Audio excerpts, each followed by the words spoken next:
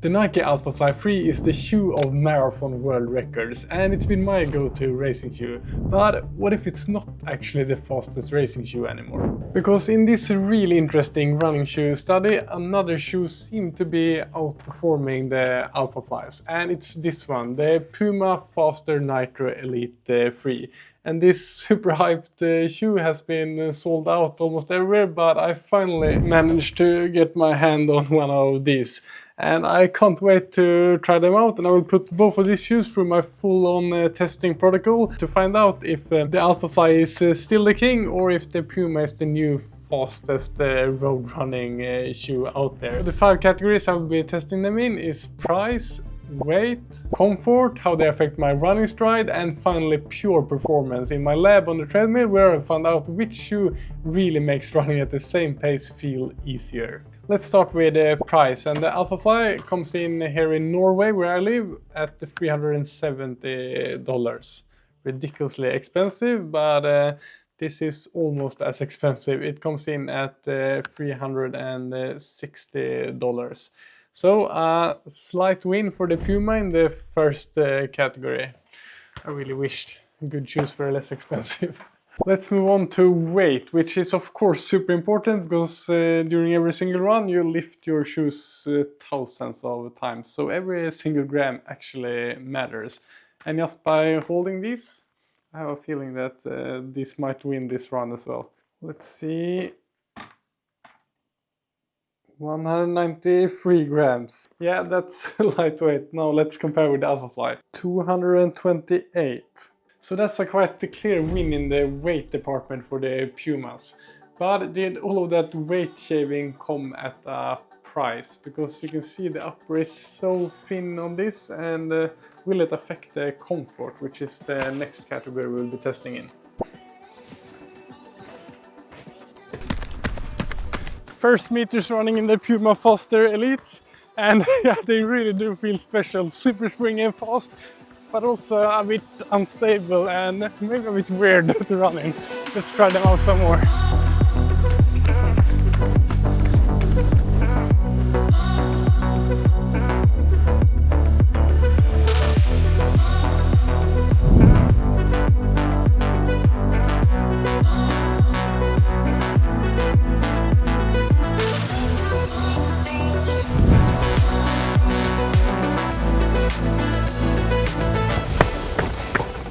I've been doing a nice run now on some different paces, testing the Pumas, and also been switching back and forth with the Alphaflys to be able to compare them in a good way. And it's such a cool feeling running in the Pumas, and in some ways they feel so fast. But I would say that my running stride maybe feels a bit more unnatural running in these, especially at slower paces. The Alphafly, on the other hand, feels more cushioned, and I find the less minimalistic upper material a bit more comfortable. So my first impressions is that the Pumas, although it feels like they give you so much energy return, they also feel less cushion and might be a bit more demanding over a full marathon and longer races. So I will have to give the comfort category to my trusted Alphafly. Now let's move into the categories I think are the most interesting, the ones where we'll get some actual data to analyze.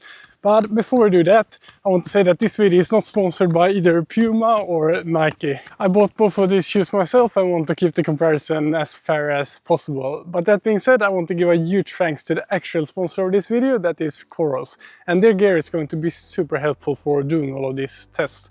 I'm wearing the Coros Pace Pro, which has all of the features you could wish for in a serious running watch, plus a super crisp AMOLED display.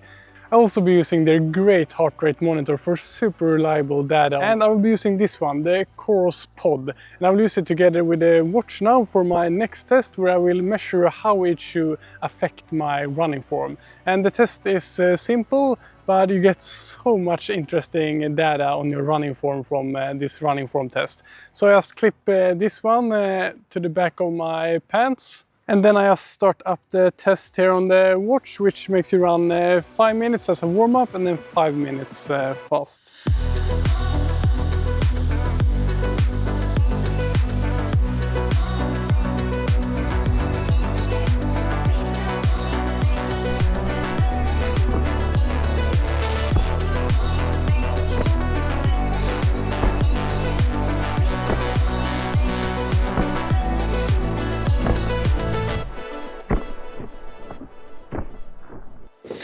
Let's look at the test result from the running form tests in the Coros app. With the Alphafly, my overall score was 76.6 versus 73.1 in the Pumas.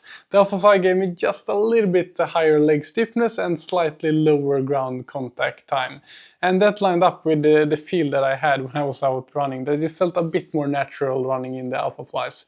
And the Pumas, on the other hand, showed a bit longer ground contact time and a bigger strike angle, pointing to a more aggressive stride with a bit longer stride length, but less controlled stride. Still, the left-right balance was excellent in both. So overall, the Alphafly gave me a smoother ride, while the Pumas felt more explosive, but also probably a little bit more demanding on my body over time. So this category was a close one, but the numbers don't lie. Alphafly takes the win here. And now I'm so excited for tomorrow's test, where I will do the actual performance test back on the treadmill here and collect some really interesting data.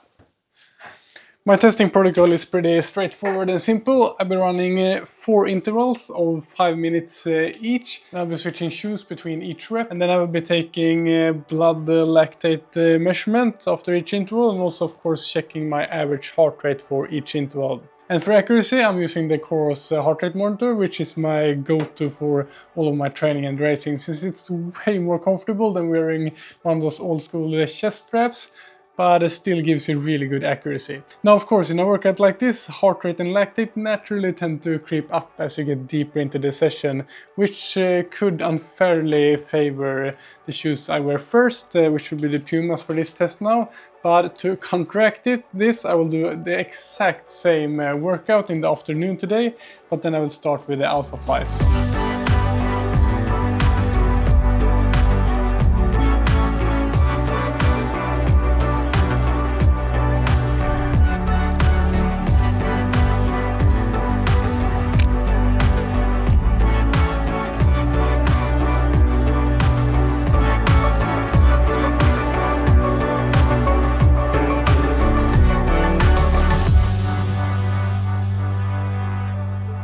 That was a great double interval day, and now I'm really curious to see the numbers from this performance test.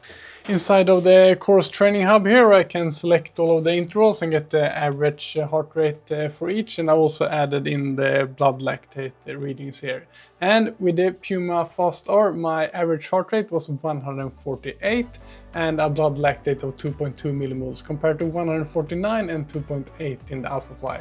So the win in the performance category with a slight margin goes to the Pumas. That also lines up with the lab studies comparing these two shoes. But for a marathon, I think I'm leaning to that I'm still going to choose to run in the Alphafly. It feels less demanding on the muscles and more forgiving over 42 kilometers.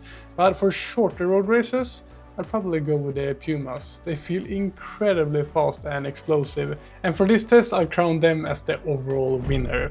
A big thanks again to Coros for supporting my channel and making all of these great tools for us runners. If you want to check out all of their watches, the heart rate monitor and the pod, you'll find a link down below.